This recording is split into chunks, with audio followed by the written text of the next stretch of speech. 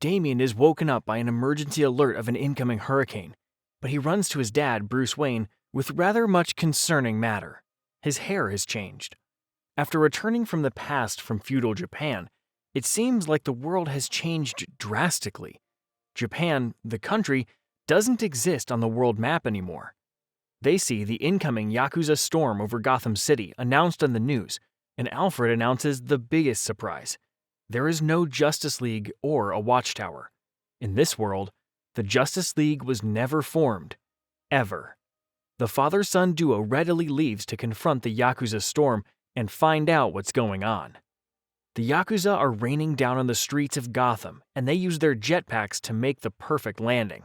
The Gotham police try their best to hold off the Mafia, but it's too much for them. Just then, they retreat as the Dark Knight arrives in the Batwing and electrifies the ground, sending many Yakuza fighters down. Robin arrives to help Batman, and the chief, Gordon, explains to them that this has been the case of the last few days. Nightwing and Red Robin arrive to lend a helping hand, and the four of them take down the hundreds of Yakuza fighters and pile them up on the street. They finally see the impossible thing up above the city of Gotham, as the island of Japan is floating in the sky right above them, and it explains how Yakuza rains down onto Gotham from the sky. As the Batwing approaches the land of Japan in the sky, Alfred warns them about a mysterious frequency, which Batman identifies as the Quack Engine frequency.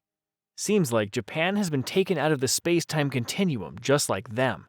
They approach modern-day Tokyo, where Zeshika, the Emerald Ray, also known as Jessica Cruz from the modern world, attacks them as the Green Lantern of the Hagane family. I'm Zeshika, the Emerald Ray! They somehow manage to evade her, only to run into Asa, the Aqua Dragon, aka Aquaman, who takes out both engines of the Batwing. Meanwhile, Barry, the Fleet of Foot, aka the Flash, arrives on the streets of Gotham as backup to the Yakuza fighters and takes on the Nightwing and Red Robin. Once again, Emerald Ray confronts the Batwing as it crash lands, and the Aqua Dragon joins her with his monster-sized fish. Fortunately, Diana Amazone of the Amazone family arrives to defend Batman and Robin as her guests. She fends off Aqua Dragon, but Emerald Ray points her sword at her. The spectacle is not over yet, as Haren, the Wild Jester, aka Harley Quinn of our world, arrives with her wild swag with means of providing much-needed assistance to the Amazone princess. As Barry, the Fleet of Foot, charges towards Nightwing and Red Robin, Red Hood arrives and pours black oil on the tarmac from a nearby truck. Barry slips and falls. They all laugh at him, and Red Hood fires knockout gas cubes at him as well. Barry threatens the trio and decides to leave, back to the hovering Japan. Aqua Dragon orders Emerald Ray that they need to leave, as they warn the visitors that they will meet again. Diana, the Oyabun of the Amazone family, escorts her guests to the palace where she explains the story of Japan. Japan has turned into a land run by Yakuza families, as it has descended into Yakuza-geddon long at last. No government, no law and order. Yakuza over Yakuza. The Hagane family is the strongest family, where Aqua Dragon and Emerald Ray are part of. The Amazone family, led by Diana, and the Dumuzu family are the strongest families that can challenge the rules of the Hagane family and its inhuman rule.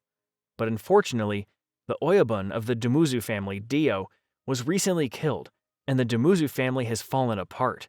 Now, it's only Diana and her Amazone family, standing in to protect the Hinomoto of the ancient Japan.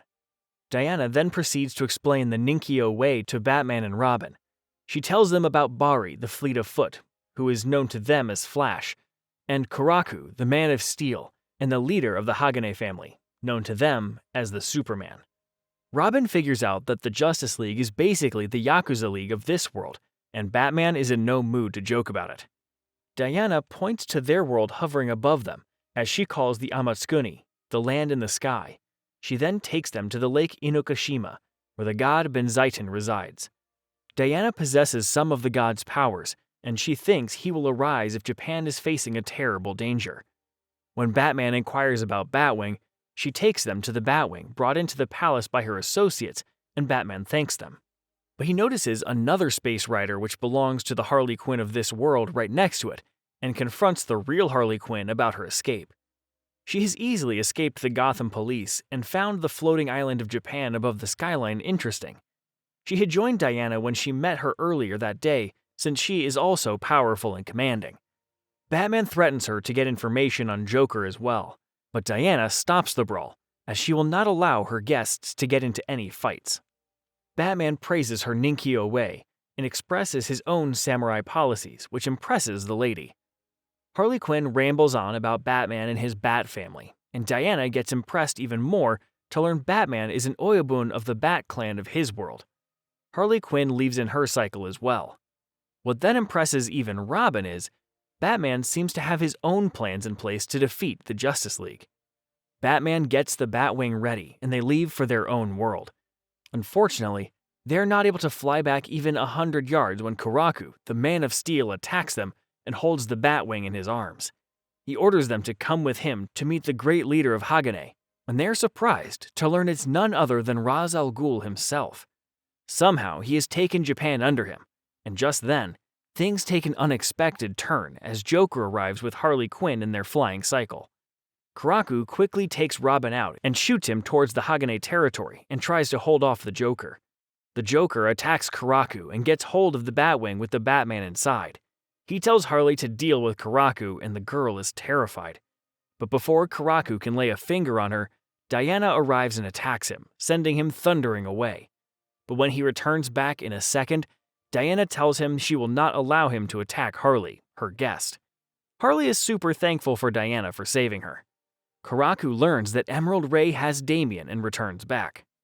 Meanwhile, Joker is taking Batman back to Earth, and it seems like he has a plan of his own. Joker says he can't allow anyone else to kill Batman and spoil his fun, so he takes him back to the safety of Gotham.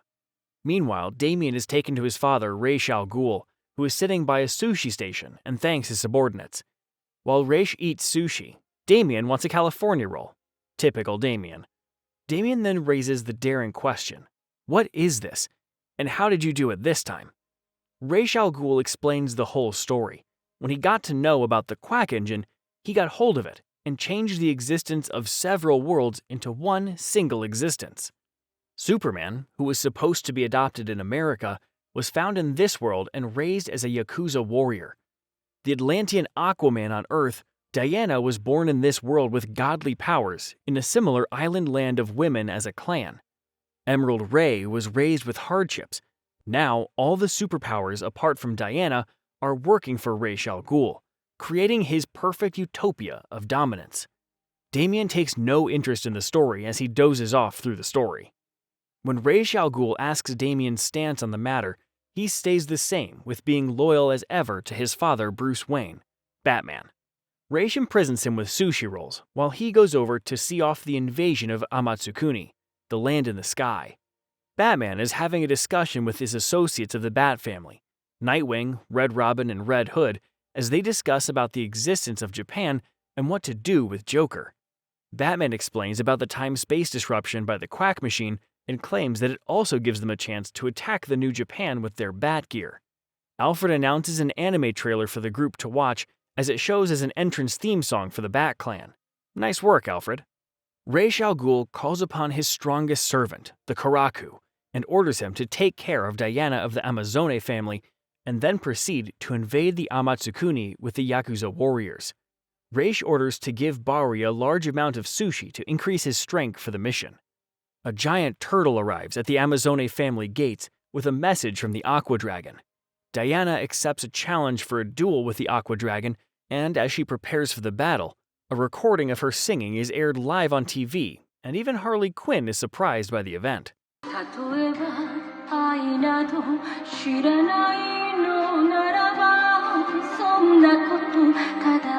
Diana arrives for the duel and brings Harley with her as a witness. Asa, the Aqua Dragon, invites Diana to join the Hagane family first before the duel, but she turns it down with respect. He proceeds to tell her his intentions of ruling the great oceans of Amatsukuni, and Diana shuts him down for his jargon. They start laughing together, which turns into a deadly battle between the two great powers. One after the other, they exchange blows, but in that instance, Jessica the Green Lantern arrives with all of Diana's clan members caught up in her power bubble. This gives a window for Harley to enter the fight, since the rules are already broken. Harley throws down a bunch of explosive on Zeshika, and she cannot catch a break with her. When Zeshika was about to land a heavy punch, Nightwing catches her with his ride and takes her away, while Batman arrives with the Batwing to battle Aqua Dragon. Diana is glad Batman returned, and without any hesitation, Batman takes Asa deep underwater. Aqua Dragon loads on how he is superior underwater, and Batman is stupid to drag him there. The Dark Knight has other plans. He creates an ultrasound bubble and imprisons Asa along with the help from Diana. When Asa tries to free himself from the bubble, Batman breaks all the hydrogen and oxygen atoms in the bubble and merges them back together, giving rise to an atomic bomb which takes down Asa for good. Nightwing fights off with Zeshika, who tries every trick in her book to counter the new foe. Nightwing gets the help of his armored suit to battle it out with Zeshika, and tricks her at the end. He knocks her out at the end, after letting his suit battle her the entire time. Jason Todd and Tim Drake are heading towards the central tower, where Ra's al Ghul has given orders for his henchmen to start the proceedings to another launch. They launch all the Yakuza soldiers into the pods like firing bullets in a magazine, and Bari, the fleet of foot, starts running at the speed of light as they start shooting the Yakuza over to Gotham City. Jason and Tim fly towards the tower and readily interfere with Bari's run in the opposite direction to counter the propelling of Yakuza. They manage to bring down the Yakuza launch and disrupt Bari's run, which makes him furious. Bari gives chase to the duo as they fly downtown. But Bari is adamant that no one alive or anything that is ever made is faster than him, and tries his level best on reaching the flying jets. Bari still tries his best to catch up to them as they take him for a ride in an underground parking lot. After failing to catch the duo in the Batmobile several times, Bari stops after seeing a vending machine with drinks. This becomes his undoing, as Red Hood shoots a knockout syringe at him, putting Bari to sleep. The battle is not over, as the ceiling collapses with a powerful heat ray from the Kuraku, who has arrived to take them on. Red Hood shoots out a kryptonite bullet, along with a few missiles at Kuraku, while they try to escape. But Kuraku returns in a second after and sends the duo deep underground with the falling debris. Just then, Batman arrives with his special armored car, and Diana flies in, carrying Jason and Tim. Nightwing also joins them, and Batman orders the three subordinates to go to the tower and deal with Ra's while he takes on Kuraku. Batman and Diana start their battle against Kuraku, and the blows dealt by both sides are exceptional. This would really take some heart to beat this monster Kuraku. While Batman slows down Kuraku's blows, he orders Diana to join the others at the tower and take down Ra's and his plans as quickly as they can. Kuraku comes hard at Batman and deals heavy blows, ripping apart his armored suit into pieces and sends them everywhere. Kuraku is overjoyed with the victory as he has ripped out Batman's suit. Batman activates a red sun generator, which develops a red sun shield with all the broken pieces of his suit around them. Kuraku loses his heat vision. He loses his superpower. He loses everything. You just cannot deceive the greatest detective mind on Earth, and Kuraku is learning that the hard way with each punch Batman gives him. Let this be a lesson to you, Kuraku. Never doubt the Dark Knight. And let this be a lesson for Superman himself in all those debates that have put up. The real deal is Batman. The final boss is Batman. Batman spends a few seconds teaching him that courage is not heavy muscles, but in a strong heart, in which he sees only in his friend, the real Superman. He then leaves to confront Ra's al Ghul, the real culprit behind all this drama. Meanwhile, Damien pulls up one of his tricks and breaks away from his prison, as Diana arrives to lend a helping hand by taking down the Yakuza goons. They surround Ra's in the central chamber, as Jason, Tim, and Dick join them. Finally, the resurgence is complete as Batman joins them, but it seems like Ra's has other plans. He switches his game up by making the Quack engine disappear through time and space, and Ra's has the key with him. Diana tries to get the key from Ra's, but he gets it back. Batman thinks about what's really happening, and since they are all displaced from the time continuum, decides to focus on the Quack engine, and it appears to him. All the others join him to stabilize it, apart from Diana, who takes on Ra's herself. In the middle of the battle, Diana jerks uncontrollably as her other parallel personalities start appearing to her.